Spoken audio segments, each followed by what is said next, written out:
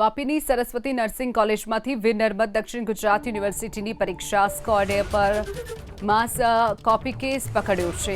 Monitoring રૂમથી માહિતી મળતા જ વીએનએસજીયુ પરીક્ષા સ્કોડની વાપીની સરસ્વતી નર્સિંગ કોલેજની ટીમ પહોંચી હતી, જ્યાં નર્સિંગની ચાલુ પરીક્ષામાં સિનિયર વિદ્યાર્થીઓ બારીમાંથી 30 જુનિયર વિદ્યાર્થીઓને જવાબ લખી આપતા હોવાનો ખુલાસો થયો છે। 3 સિનિયર વિદ્યાર્થીઓ મોટા અવાજે 30 વિદ્યાર્થીઓને કોપી લખાવતા હોવાનું પણ સામે આવ્યું છે। જોકે માસ કોપી કેસ અંગે કોલેજે નનૈયો ભણ્યો છે।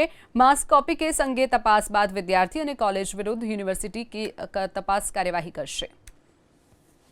વાપીની સરસ્વતી નર્સિંગ કોલેજમાં કોપી કેસ પકડાયા છે અને જેને લઈને વિવાદ સર્જાયો છે। એક તરફ યુનિવર્સિટી કહી રહી છે કોપી કેસ પકડાયા છે, ત્યાં બીજી તરફ સરસ્વતી નર્સિંગ કોલેજ કહી રહી છે કે આવી કોઈ ઘટના નથી। સાહેબ, શું ઘટના બની, કઈ રીતે કોપી કેસ?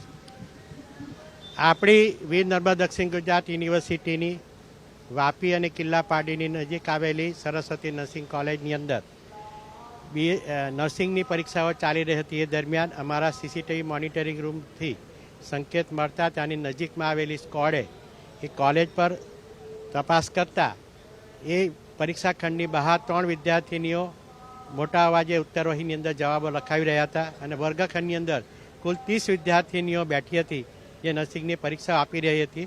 અને એ દરમિયાન જે ત્યાં 2 વર્ગખંડ સુપરવાઇઝર હતા, આ અમારી એમપીસી કમિટી એટલે માલ પ્રેક્ટિસ ઇન્ક્વાયરી કમિટીએ એ તમામના રેકોર્ડ લઈને એ લોકોની એ પરીક્ષાનું પરિણામ અને આગામી પરીક્ષામાં ન બેસી શકે અને જે 2 ખંડ સુપરવાઇઝર હતા તેને યુનિવર્સિટીની તમામ પરીક્ષાઓમાં એ પરીક્ષાની કામગીરીથી સસ્પેન્ડ કરવાનો નિર્ણય જે લીધો છે, પણ આ નિર્ણય જે છે એ અમારી બોર્ડ ઓફ મેનેજમેન્ટની જે આગામી સભા છે એમાં અંતિમ નિર્ણય લેવામાં આવશે।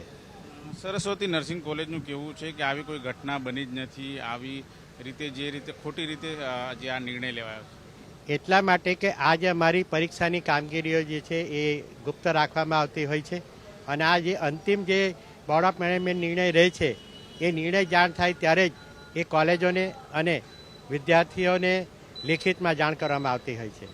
બિલકુલ જોઈ શકાય છે કડક જે રીતે કાર્યવાહી કરવામાં આવી છે। જો કે આ બાબતને લઈને સરસ્વતી નર્સિંગ કોલેજ છે એ નનૈયો ભણી રહી છે, ત્યારે આ બાબતે તટસ્થ તપાસ થવી જોઈએ તેવી માંગ છે। કેમેરામેન રાકેશ પાનવાલા સાથે ધનરાજ બાગલે, એબીપી અસ્મિતા, સુરત।